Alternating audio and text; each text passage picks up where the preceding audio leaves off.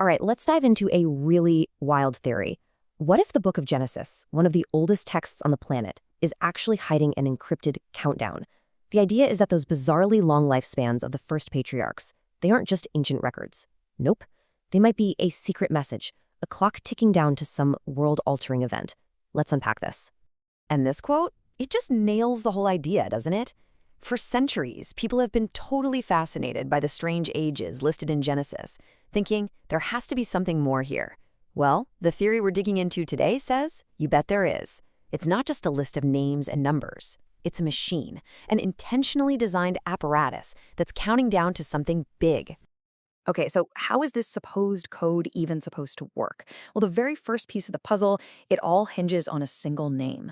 Proponents of this theory believe this name was put there on purpose, like a trigger. So let's unpack this first clue, the name itself. Is it a signal? So it all starts with the name Jared. In Hebrew, the name can mean shall come down. And the theory says that is no coincidence. It's a signal word. The idea is that the author deliberately planted this name as a hidden marker, a marker for the exact moment when these divine beings, known in later texts as the Watchers, came down from the heavens to earth. So the name isn't just a nice bit of theme, it's seen as a literal trigger for the whole code. But here's where things get interesting. When you put that theory next to what most scholars think, you get a very different picture. The hidden code view sees a deliberate planted cipher. The scholarly view, on the other hand, says, well, hold on. While names can definitely have thematic meaning, there's just no evidence inside Genesis itself that this was meant to be some kind of secret switch. Scholars point out that Genesis is really a messy compilation of different traditions, and these long family trees were mostly about establishing identity, about legitimacy. Think of it more like a family banner than a locked safe. And get this, the whole Watcher story, it's not even in Genesis. That comes from much later literature. Right, so scholars are basically saying it's more about symbolism, not some secret switch. But the code theory doesn't stop there. Oh no. Because if the name is the trigger, then the numbers that follow, well, that's supposed to be the ticking clock itself. And this is where the claim gets really wild. Let's talk about this number, 962. That's the age given for Jared. And to us, that just sounds impossible, right? But the people who believe in the code theory argue this isn't a literal lifespan at all.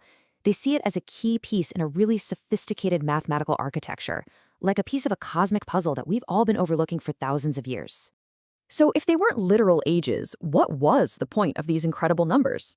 Well, scholars suggest that back in the ancient world, these huge ages had a very different job to do. It wasn't about biology, it was a literary device. Kind of like the mythical reigns of Mesopotamian kings that lasted for thousands of years. These numbers were meant to create a sense of a deep past, a time when humanity was closer to the divine. They symbolized blessing, order, and gave a sense of grandeur to the earliest ancestors. But then you get to this number, and honestly, this is the one that makes everyone, even the skeptics, kind of pause for a second. 365. This is the age of Enoch, Jared's son. Now, unlike 962 or 930, this number feels different, doesn't it? It's a number we live by. It's built right into the rhythm of our planet's journey around the sun. And that brings us to what scholars think is really going on here. Instead of being a key to unlock some secret calendar, Enoch's 365 years are seen as this beautiful, powerful cosmic metaphor. It's a poetic way of linking one man's perfect, complete life to the perfect, complete cycle of the solar year. It's a symbol of completion and being close to the divine, not a password to a hidden countdown. So look, whether you lean towards a hidden code or a cultural symbol, this ancient story has this amazing way of building a bridge right into our modern world. The themes in it feel surprisingly familiar, especially when you look at some of our own modern mysteries. And that leads to a really fascinating question. Why do these ancient myths about watchers coming down from the sky and giving humanity forbidden knowledge, why do they map so perfectly onto modern stories about UFOs and non-human intelligence, or NHI? I mean, just look at the parallels. They're kind of stunning. In the ancient myth, you had the descent of divine beings. In the modern narrative, you have the arrival of advanced beings. Forbidden knowledge becomes forbidden technology. The core story is the same. A powerful other shows up, society gets turned upside down, and the boundaries of what it means to be human get blurred. It's almost like in every era, we use the biggest language we have, whether it's divine beings or aliens, to talk about the same deep-seated anxieties. And this is where we have to be careful, right?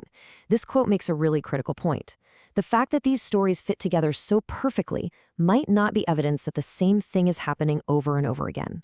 Instead, it could be a warning that we're just applying a familiar story, a timeless human template, onto new and ambiguous events because, well, it helps us make sense of them. Okay, so if there's no secret countdown, does that mean there's no warning in the text at all? Well, not exactly. In fact, the answer is a huge yes. But the real warning isn't about a specific date on a calendar. It's about something much deeper and much more timeless. And the key to getting this is something called a mythic pattern. See, this is a story that doesn't predict a single literal event. It's not about what's going to happen next Tuesday. Instead, it reveals a timeless, recurring truth about who we are, about the human condition. The warning isn't about the future, it's about a flaw that's always with us. So what is that timeless warning? Well, it's about these recurring dangers. It's a warning about gaining power without wisdom to control it, about getting knowledge without the ethics to guide it. It's about having certainty without any real evidence, and about giving into fear without clear discernment. This is the real warning, and it's embedded not just in Genesis, but in all its modern retellings too. You know, in the end, maybe the whole hunt for a secret code in some ancient text kind of misses the forest for the trees.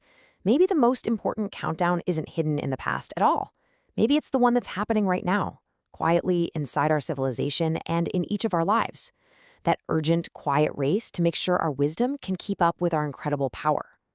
So let me ask you, what do you think is the bigger risk? A hidden message we might fail to decode, or a timeless warning that we fail to hear?